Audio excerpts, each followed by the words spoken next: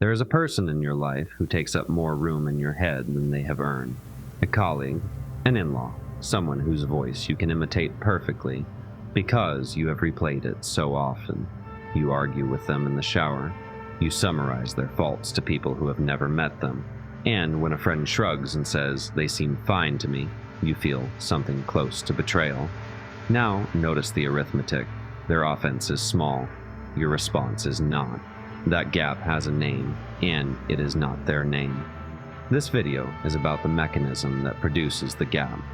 Jung called it projection, and it has one property that makes it different from everything else you've tried to see about yourself.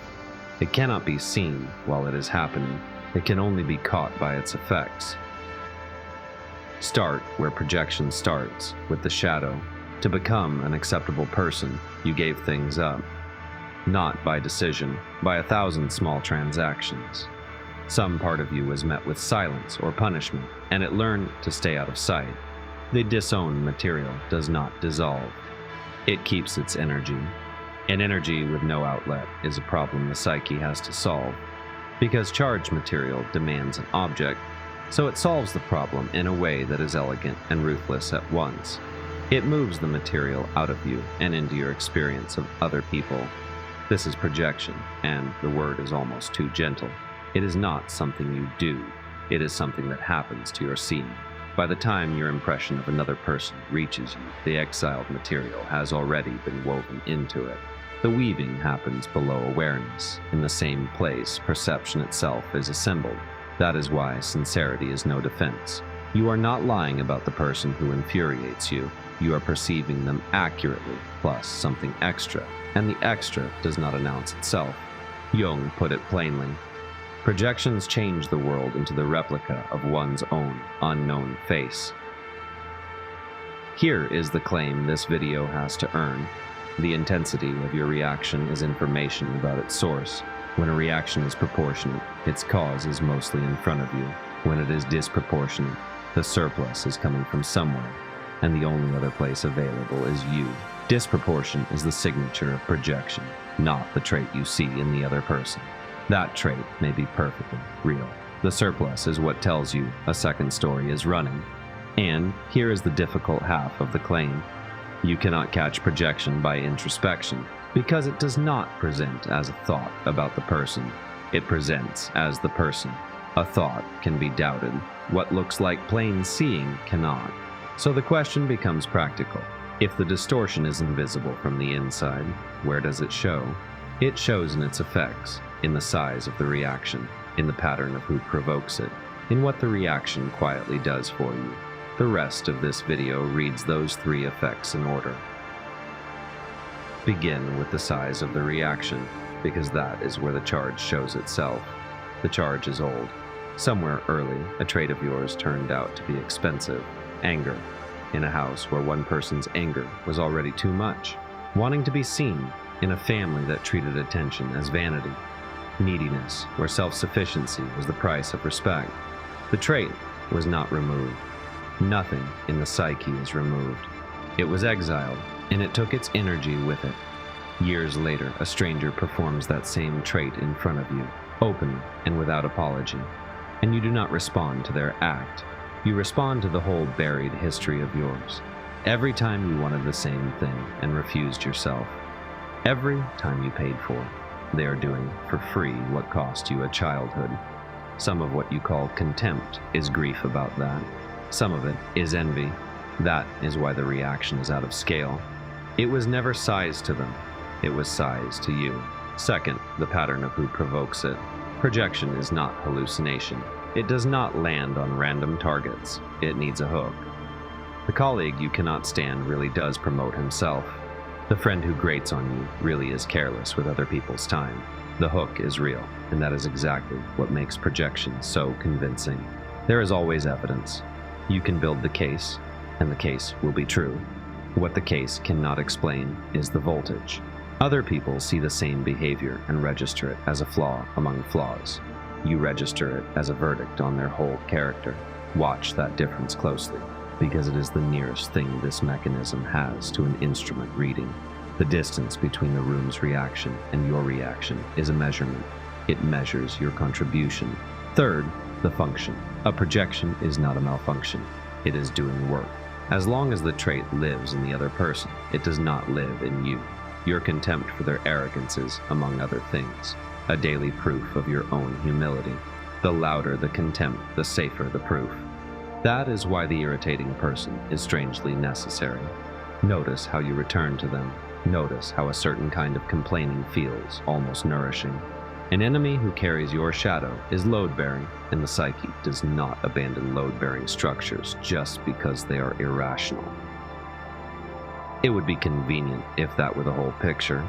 It is not, in 3 ways. First, not every strong reaction is a projection. Some people cause real harm, and proportionate anger at real harm is not shadow material. It is health. The test is not intensity alone. It is surplus plus recurrence. If the same character keeps appearing in your life, the third controlling boss, the fourth cold partner, the casting is worth a look. One wrong is an event, a series is a pattern, and patterns have authors. Second, projection does not only run on contempt, it also runs on admiration. The person you idealize is carrying something of yours as well, usually a capacity you refuse to claim, ambition, authority, freedom. Jungians call it the golden shadow. Worship distorts as reliably as hatred, and it costs more because it hands your unlived life to someone else to live. Third, and this is the trap for people who watch videos like this one, the concept itself becomes a defense. "You are just projecting" is now a sentence people fire at each other in arguments. It files the other person away before they finish speaking, and privately, knowing about projection does not stop it. The previous video on this channel argued that understanding a mechanism does not dismantle it, and that holds here with full force. You will learn the word today and project tomorrow morning. What knowledge changes is not the event. It is what you can do in the minute after the event. So, what does it mean to take a projection back? Less than the phrase suggests, and more. There is no ceremony. Withdrawal happens in a specific moment, and the moment is uncomfortable in a precise way. It is the moment you catch the surplus while it is still hot and ask what it is made of. Not whether the other person is wrong. They may well be wrong. What the extra voltage is made of. Held there, something shifts, and the first thing you notice is loss. The other person shrinks. Seen without your material draped over them, they become ordinary. A flawed, medium-sized human being, even boring. And it turns out an enemy was organizing something for you.